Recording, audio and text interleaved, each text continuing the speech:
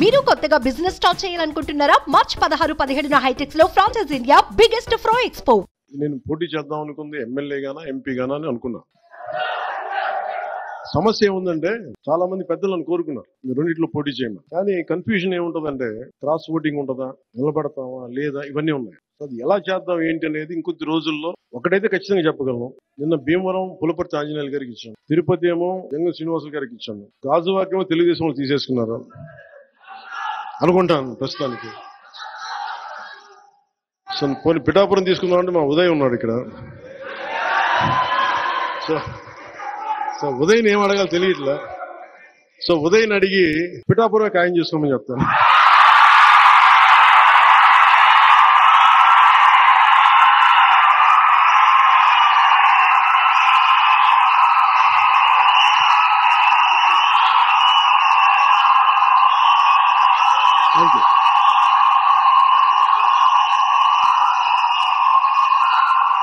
పిఠాపురం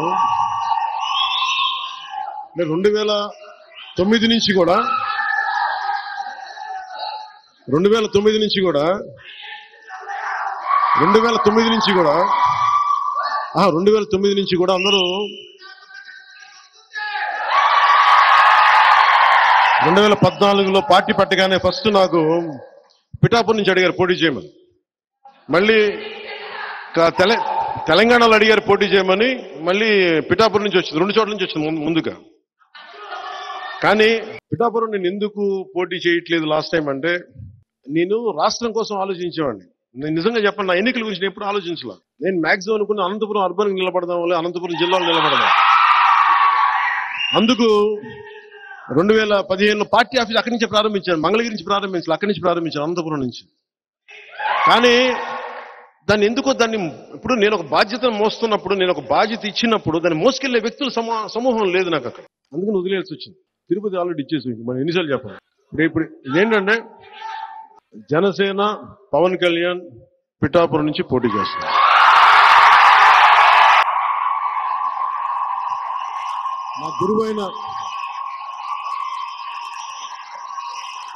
నా గురువు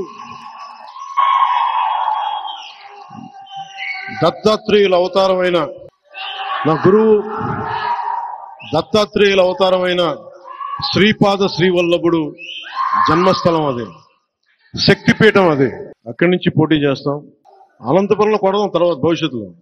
ఇప్పుడు పొత్తు కొట్టనే, తర్వాత జనసేన కొడదాం. ఎంపీగా పోటీ చేయాలా లేదా అనేది కొద్ది రోజుల్లో ఆలోచన. అంటే నాకేం అదే ఇవన్నీ ఎస్లు ఉన్నాయి, నోలు ఉన్నాయి. అది ఎట్లాగనేది నాకైతే మనసులో ఎమ్మెల్యే ఉంది.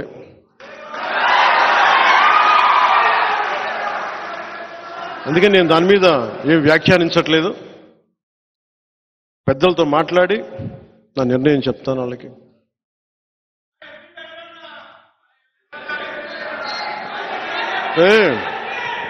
అంటే సీఎం అంటే సెంట్రల్ మినిస్టర్, ఆ మాట కోసమా మీరు?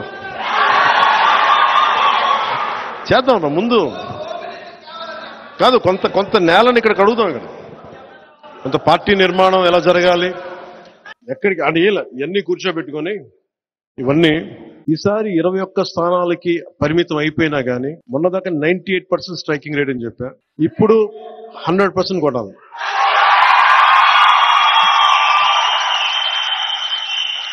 పొత్తులో ఉన్న మద్దతుదారులకి, తెలుగుదేశం మద్దతుదారులకి, భారతీయ జనతా పార్టీ మద్దతుదారులకి ఈ సభావేదికని పురస్కరించుకుని, అలాగే మన మద్దతుదారులందరికీ, ప్రజాస్వామ్యాన్ని నిలబడాలని కాంక్షించే ప్రతి ఒక్కరికి కూడా నా విన్నపం, ఈ ఎన్నికల్లో 21 సీట్లు మాకు సంపూర్ణమైన మెజారిటీ ఇవ్వండి. ఎందుకంటే నేననేవాడిని పార్టీ పెట్టి నడిపితే ఇక్కడ దాకా పట్టుకొచ్చాను. 21 సీట్లు వస్తే ఏ స్థాయిలో చూపించగలను, నాకు ఒక్క అవకాశం ఇవ్వమని కోరుకున్నాను. నేను జగన్ లాగా ఏమి పని చేయకుండా ఒక్క ఛాన్స్ అని అడగట్లేదు జగన్ లాగా. నాకు మీకు 10 సంవత్సరాల తర్వాత ఇప్పుడు నోరు తెరిచి అడుగుతుంది, మా 21 సీట్లని, మా పొత్తుని గెలిపించండి. ప్రతి యువతి యువకులకి, పెద్దలకి, పిన్నలకి, అందరికీ కూడా చేతులెత్తి, గుంతెత్తి, నోరెత్తి, చెయ్యెత్తి అడుగుతున్నా, అభ్యర్థిస్తున్నా, మా పొత్తుని గెలిపించండి. జనసేనని గెలిపించండి.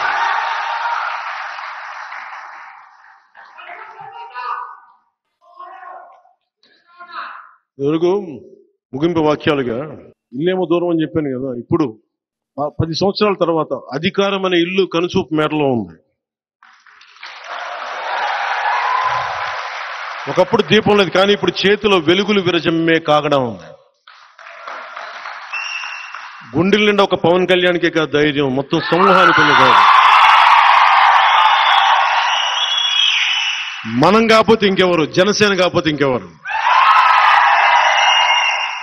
సో మనస్ఫూర్తిగా మీ అందరికీ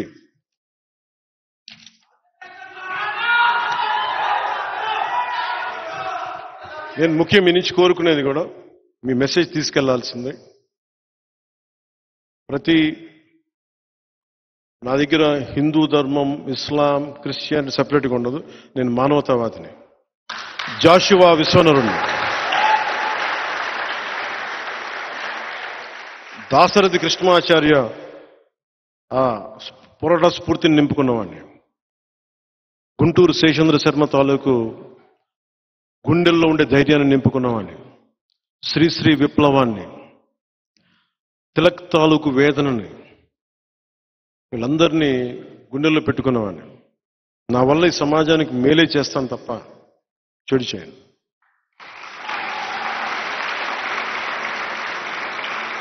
ప్రధానమంత్రి గారు కూడా నేను ఎంత నలిగానో నాకు తెలుసు. ఈ దశాబ్ద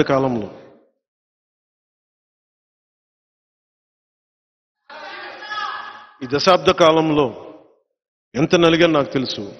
ఈ 5 సంవత్సరాల్లో ఆంధ్రప్రదేశ్ సుస్థిరత కోసం ఎంత తపన పడ్డానో నాకు తెలుసు. ఈ రోజున భారతీయ జనతా పార్టీ మన పొత్తులోకి రావటం వల్ల జగన్ తోకను కట్ చేస్తున్నాం ఈరోజు.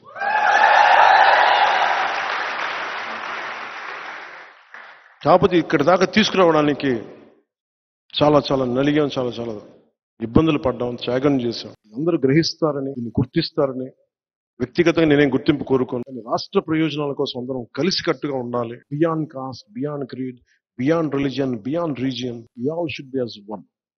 ఒక్కలే.